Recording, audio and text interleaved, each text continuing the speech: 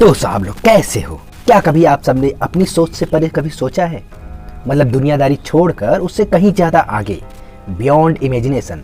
कभी सोच कर देखना, दिमाग बूम कर जाएगा। आप जो भी आज के वक्त में सोच सकते हैं वह सब फ्यूचर में पॉसिबल है। यकीन नहीं होता तो खुद के जेब में देखिए। किसी ने सोचा होगा ना ये बात कि काश जहां मैं जाऊं वहां मेरी टीवी भी जाए साथ में। आज देखो मोबाइल और लैपटॉप दोनों आप कहीं भी कैरी कर सकते हैं। उसके साथ साथ सीडी डीवीडी की भी प्रॉब्लम खत्म हो गई। और तो और फिल्में अब थिएटर के बजाय घर बैठे थिएटर में देख सकते हैं। घर वाला थिएटर ओटीटी प्लेटफॉर्म। ओवरऑल आप मेरी बात समझ चुके होंगे कि मैं क्या बात करना चाहता हूँ। जी हाँ, आज से कई साल पहले से पृथ्वी के बाहर एक दूसरी पृथ्वी, यानी कि जहाँ रहने लायक घर हो, पानी हो, खाना हो, ऑक्सीजन हो, मतलब कि वो सारी चीजें जो आप पृथ्वी पर एक्सपेक्ट करते हैं, टेक्नोलॉजी प्रोडक्ट्स को छोड़कर, उन्हीं की वजह से दुनिया तबाह है। आज के जमाने में यही टेक्नोलॉजी अब खतरे की ओर बढ़ती जा रही है। कभी कभी मैं सोचता हूँ कि आज तक वैज्ञानिकों को दूसरी पृथ्वी क्यों नहीं मिली, क्योंकि इस पृथ्वी के साइंटिस्ट जो पृथ्वी पर कर रहे हैं वही कचरा या टेक्नोलॉजी वहाँ भी तो करेंगे, फिर अगला दूसरा खोजेंगे, फिर उसके बाद दूसरा खोजेंगे, ऐसे चलता रहेगा। और यही करते करते वैज्ञानिकों की पूरी जिंदगी निकल जाती है। फिर उसके बाद उसके बेटे बेटियों पोते पोतियों ने उसे कंटिन्यू किया है। ओ भाई हेलो, ये रिव्यू चैनल है, कहाँ जा रहा है बात को लेकर? हैं? फैक्ट चैनल बता रहे तू? अरे हाँ भाई, बस आ गया टॉपिक पर जिसके लिए पब्लिक वेट कर रही है। हाँ जल्दी शुरू कर, I am waiting too. Okay, तो शुरू करें, चलो। आज के इस वीडियो में मैं बात करने वाला हूँ हिंदी में रिलीज हुई 2014 की मूवी इंटरस्टेलर की, जिसको कि लिखने में हाथ बटाया है क्रिस्टोफर नोलान ने, और इसके डायरेक्टर और प्रोड्यूसर भी नोलान ही। क्रिस्टोफर नोलान के बारे में अगर आपको नहीं पता तो आपने इंसेप्शन के बारे में सुना होगा। नहीं। सपने के अंदर सपना और उस सपने के भी अंदर सपना। कौन सी वाले सपना? अबे चौमुखे ड्रीम की बात कर रहा हूँ मैं। अच्छा छोड़ो, डार्क नाइट की तीनों फिल्में याद तो होंगी ना, बैटमैन की।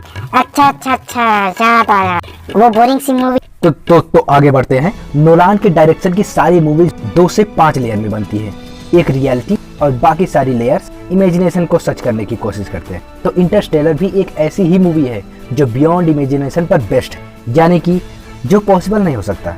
मूवी प्लॉट की बात करें तो इसमें एक फैमिली एक डिजर्ट के किनारे बसी होती है, जो कि वो अर्थ का सेंटर बताया जाता है मूवी में। इसका मतलब कि आप स्पेस के किसी भी सेंटर पॉइंट से पास्ट फ्यूचर खुद का और दूसरों का उस पर्टिकुलर रूम से देख सकते हैं। और इसी मिस्ट्री को सॉल्व करने के लिए कुछ वैज्ञानिक शनि ग्रह के पास बने एक वार्म होल की खोज कर लेते हैं, जिसमें से अगर कोई भी इंसान या कोई भी चीज पास करेंगे तो वह कई घंटे का टाइम कुछ मिनटों में पूरा कर देगा, मतलब कि बाईपास। जैसे सपोज अगर आपको कोई बिल्डिंग क्रॉस करना हो तो आप उस बिल्डिंग के ऊपर चढ़ने के बजाय ग्राउंड फ्लोर से क्रॉस करेंगे तो ज्यादा समय नहीं लगेगा। इसी खोज की तलाश में कुल 11 वैज्ञानिक गए होते हैं। उसमें से 3 का सिग्नल वापस आता है, बट वे लोग वापस नहीं आते। तो इसी चीज को क्लियर करने के लिए 4 और वैज्ञानिक वहां जाते हैं, जिसमें से एक लीड रोल होता है कूपर का। वे चारों जब जाते हैं तो उसमें से उन 11 बंदों में से एक बंदा जिंदा मिलता है, और वह भी घर वापस जाने के चक्कर में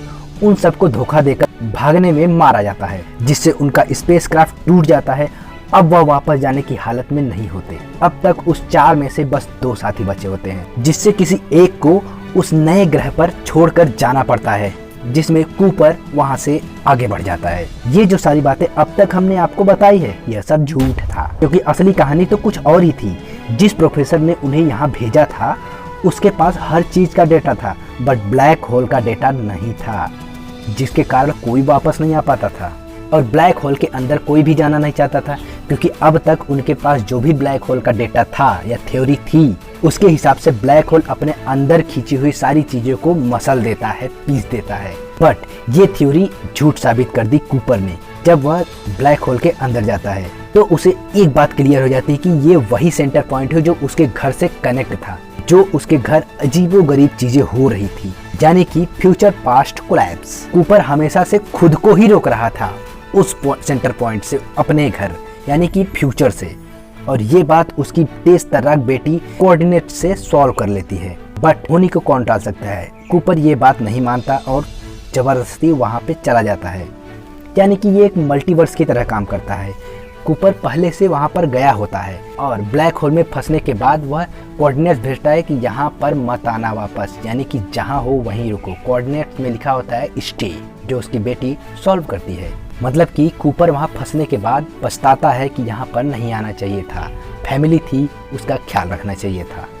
बट क्या करे, पृथ्वी को बचाना भी जरूरी था। अगर आपने व्हाट इफ का एपिसोड 4 देखा होगा, डॉक्टर स्ट्रेंज यानी कि इविल डॉक्टर स्ट्रेंज, वह इविल बनने के बाद पछताता है कि काश मैंने ऐसा नहीं किया होता, या फिर अदर मल्टीवर्स में डॉक्टर स्ट्रेंज ऐसा ना करे। तो उसी टाइप से ये भी जब फ्यूचर देखता है अपना, तो अपने पास्ट को रोकने की कोशिश करता है। बट अगर वो उसको रोक देता तो होनी कुछ और ही होती, उसको अपने परिवार से दूर जाना ही पड़ता।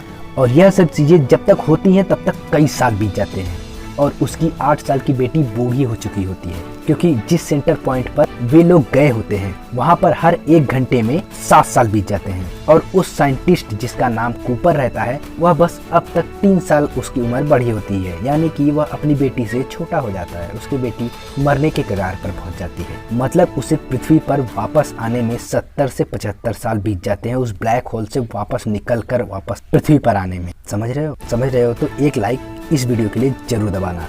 तो स्टोरी कैसी लगी नीचे कमेंट करके जरूर बताना। और भी ऐसी इंटरेस्टिंग मूवीज का रिव्यू रेगुलर चैनल पर अपलोड की जाती है। आप चैनल चेकआउट करके सब्सक्राइब बटन को जरूर क्लिक कर देना और बेल आइकन को दबा देना, ताकि मेरी अगली वीडियो जब भी आएगी तो आपको नोटिफिकेशन मिल जाएगा। मिलते हैं अगले वीडियो में, तब तक के लिए स्टे ट्यून्ड। Thank God.